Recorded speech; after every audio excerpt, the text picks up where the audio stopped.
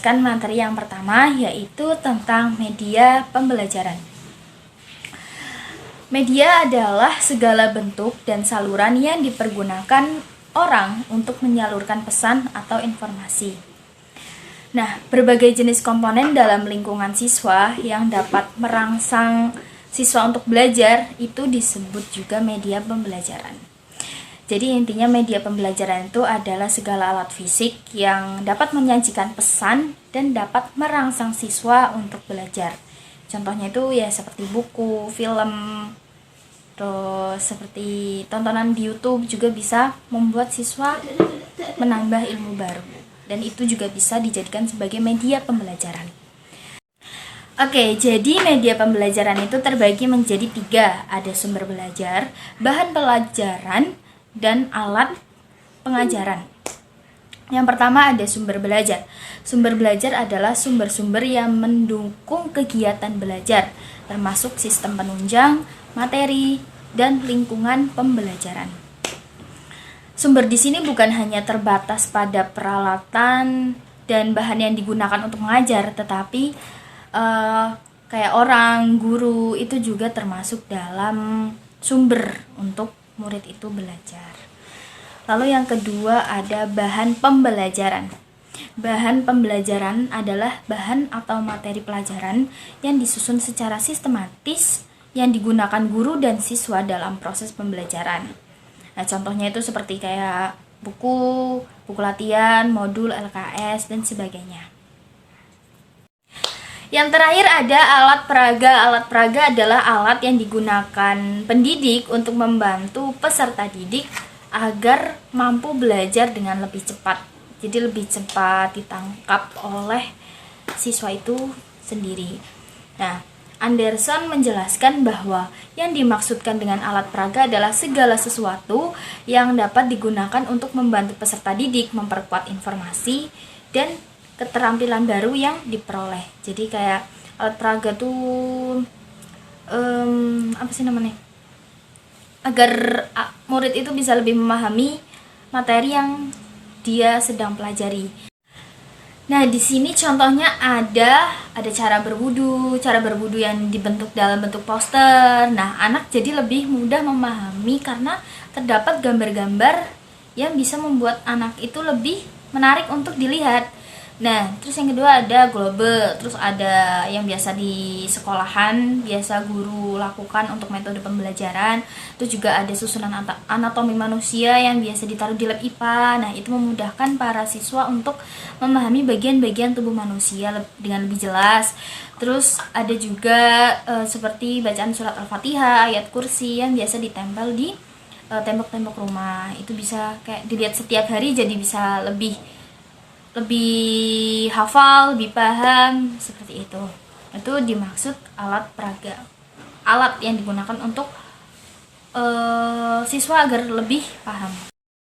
Nah, pada materi pertama slide yang terakhir ini kita akan membahas tentang istilah yang berkenaan dengan media pembelajaran. Istilahnya terbagi menjadi 4. Yang pertama ada sensory mode, yang kedua ada channel of communication, yang ketiga ada type of stimulus, dan yang keempat ada media itu sendiri. Sensory mode adalah alat indera yang didorong oleh pesan-pesan pembelajaran. Jadi kayak pesan yang siswa dapat melalui mata, melalui bagian sensorik seperti mata, telinga, atau ucapan seseorang, itu bisa menjadi media pembelajaran bagi siswa itu. Terus yang kedua adalah channel of communication, adalah alat indera yang digunakan dalam suatu komunikasi seperti alat peraba, alat penciuman, alat yang mendukung sensory mode tadi. Oke, yang ketiga ada type of stimulus, yaitu peralatan tapi bukan mekanisme komunikasi. Type of stimulus itu kata-kata lisan, suara, atau rekaman yang diucapkan pendidik kepada peserta didik. Nah, itu bisa juga berupa penyajian kata yang ditulis dalam buku atau yang masih tertulis di papan tulis yang biasa guru tulis dalam papan tulis. Nah, itu termasuk dalam salah satu media pembelajaran. contoh lain ada gambar bergerak seperti video atau film. Nah, itu juga masuk dalam type of stimulus. Dan yang terakhir ada media. Media adalah peralatan fisik seperti buku, modul, LKS, dan sebagainya. Nah, itulah istilah yang berkenaan dengan media pembelajaran. Fungsi sumber belajar. Sumber belajar memiliki fungsi sebagai berikut. Yang pertama, meningkatkan produktivitas pembelajaran. Maksudnya yaitu sumber belajar bisa mempercepat laju belajar dan membantu guru untuk menggunakan waktu secara lebih baik, dan dapat mengurangi beban guru dalam menyajikan informasi, sehingga dapat lebih banyak membina dan mengembangkan gairah. Yang kedua, memberikan kemungkinan pembelajaran yang sifatnya lebih individual, dengan cara mengurangi kontrol guru yang kaku dan tradisional, dan memberikan kesempatan bagi siswa untuk berkembang sesuai dengan kemampuannya. Yang ketiga, memberikan dasar yang lebih ilmiah terhadap pembelajaran dengan cara perancangan program pembelajaran yang lebih sistematis dan pengembangan bahan pengajaran yang dilandasi oleh penelitian. Yang keempat, yaitu lebih memantapkan pembelajaran dengan jalan meningkatkan kemampuan sumber belajar, penyajian informasi dan bahan secara lebih konkret. Yang kelima, memungkinkan belajar secara seketika. Maksudnya yaitu sumber belajar bisa mengurangi kesenjangan antara pembelajaran yang bersifat verbal dan abstrak dengan realitas yang sifatnya konkret. Sumber belajar yang baik memiliki potensi untuk mengurangi kesenjangan antara pembelajaran yang bersifat verbal dan juga abstrak dengan realitas yang sifatnya konkret dengan menggunakan berbagai jenis sumber belajar seperti gambar, video, simulasi, atau contoh konkret. Pembelajaran dapat menjadi lebih konkret dan lebih mudah dimengerti oleh peserta didik. Ini membantu dalam mengaitkan konsep abstrak dan situasi nyata, sehingga memperdalam pemahaman mereka.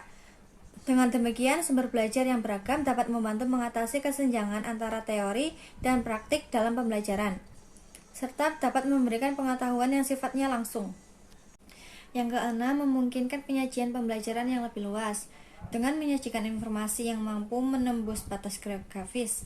Pernyataan tersebut mengacu pada kemampuan sumber belajar untuk menghadirkan informasi atau materi pembelajaran secara daring atau jarak jauh, sehingga memungkinkan akses yang lebih luas dan inklusif bagi peserta pembelajaran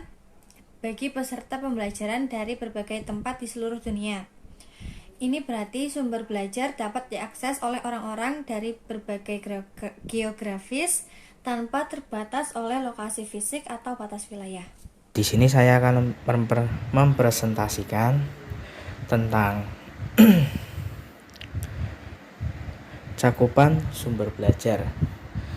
Nah, di sini saya akan menjelaskan tentang beberapa cakupan. Setiap sumber belajar mempunyai peran yang berbeda atau sama dalam kegiatan belajar mengajar, tergantung kepada bagaimana ia diprogram dan dimanfaatkan. Oke, next. Ada beberapa cakupan sumber belajar, yaitu diantaranya 1. Manusia sumber atau orang masyarakat. Yang kedua, tentang bahan pengajaran. Yang ketiga, situasi belajar lingkungan. Keempat, alat dan perlengkapan belajar. Kelima, aktivitas teknik. Yang terakhir, 6 adalah pesan. Nah, dari beberapa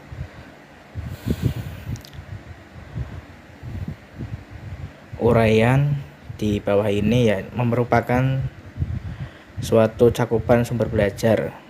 Menurut AECT, sumber belajar dapat diklarifikasikan sebagaimana diuraikan sebagai berikut. 1. Manusia sumber orang masyarakat. Merupakan juga sumber belajar adalah orang atau masyarakat yang direncanakan dalam kegiatan belajar mengajar guru. Yang kedua, bahan pengajaran. Nah, biasanya di sini itu ada bahan pengajaran seperti RPS atau RPP, yang biasanya bahan ini berisi pesan. Bahan yang direncanakan sebagai sumber belajar dinamakan media pengajaran. Yang ketiga, situasi belajar. Nah, di sini itu situasi belajar yang dimaksud itu lingkungan tempat lingkungan belajar. seperti di dalam kelas atau di luar ruangan. Yang keempat, alat dan perlengkapan belajar seperti TV, laptop, komputer, proyektor, segala lainnya. Kelima, aktivitas. Nah, aktivitas sebagai sumber belajar biasanya selaras dan kombinasi dengan sumber belajar yang lain seperti acara seminar atau acara workshop. Nah, terakhir itu pesan. Nah, pesan ini dimaksud untuk lebih ke ajaran atau informasi yang diteruskan oleh komponen lain dalam bentuk ide, fakta, arti, dan data. Misalnya semua bidang studi, mata pelajaran seperti IPS, biologi, matematika, dan lain-lain. Selanjutnya saya akan menjelaskan mengenai kriteria memilih sumber dan media belajar. Yang pertama kita akan membahas kriteria memilih sumber belajar. Kriteria memilih sumber belajar itu terdapat dua ukuran, yaitu kriteria umum dan kriteria berdasarkan tujuan. Pertama, kriteria umum. Di dalamnya terdapat 5 aspek yang harus diperhatikan. Yang pertama, ekonomis. Ekonomis tidak selalu tentang harganya yang relatif rendah. Bisa juga sumber belajar yang akan digunakan itu membutuhkan dana yang cukup tinggi, tapi pemanfaatannya dalam jangka waktu yang panjang. Itu bisa dikatakan ekonomis. Yang kedua, praktis dan sederhana. Sumber belajar harus mudah digunakan dan tidak membingungkan. Sumber belajar yang digunakan tidak memerlukan keterampilan khusus yang rumit dalam menggunakan sumber belajar tersebut. Yang ketiga, mudah diperoleh. Sumber belajar harus mudah dicari dan didapatkan. Sumber belajar juga bisa dengan memanfaatkan sesuatu yang ada di lingkungan sekitar. Lalu yang keempat, fleksibel. Sumber belajar tidak harus terikat dengan satu tujuan. Justru lebih baik sumber belajar itu dapat dimanfaatkan untuk berbagai tujuan, dan sumber belajar itu tidak dipengaruhi oleh faktor luar seperti kemajuan teknologi, nilai, budaya, dan lain sebagainya. Yang kelima ada komponen sesuai dengan tujuan. Kriteria ini sangat penting.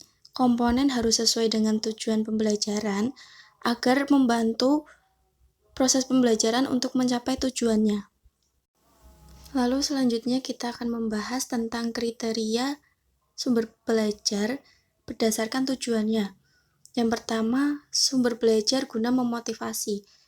Sumber belajar ini dimanfaatkan untuk meningkatkan minat dan motivasi siswa, mendorong partisipasi, merangsang pertanyaan-pertanyaan, memperjelas masalah, dan lain sebagainya. Lalu yang kedua, sumber belajar untuk tujuan pengajaran. Sumber belajar digunakan untuk mendukung kegiatan belajar mengajar. Kriteria ini biasanya digunakan oleh para guru untuk memperluas bahan pengajaran. Yang ketiga, sumber belajar untuk penelitian. Sumber belajar ini berupa sesuatu yang dapat diobservasi, dianalisis, dicatat secara teliti, dan lain sebagainya. Jenis sumber belajar ini diperoleh secara langsung dari masyarakat atau lingkungan. Yang keempat, sumber belajar untuk memecahkan masalah. Maksudnya, sumber belajar yang digunakan hendaknya dapat mengatasi masalah yang dihadapi oleh siswa selama proses belajar mengajar.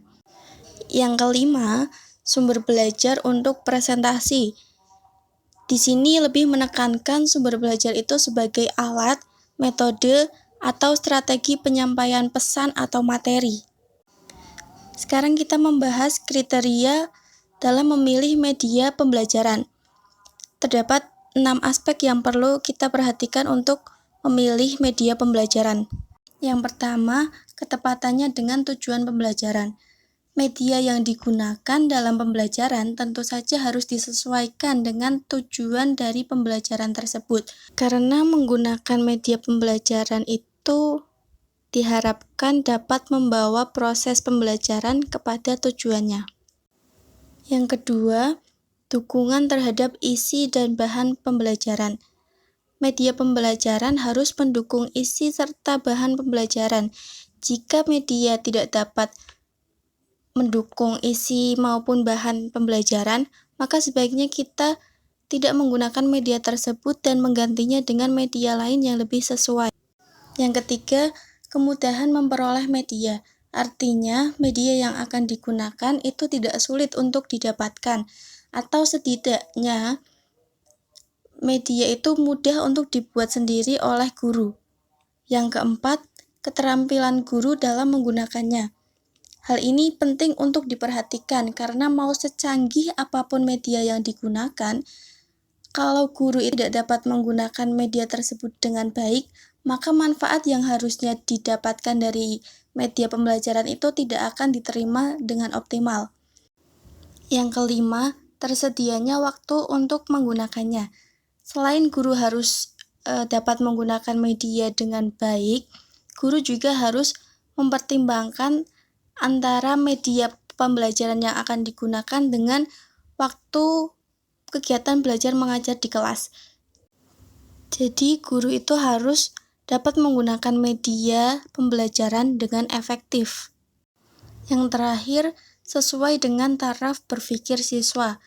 Memilih media pembelajaran itu harus disesuaikan dengan taraf berpikir siswa, sehingga makna yang akan kita sampaikan itu dapat dipahami oleh siswa.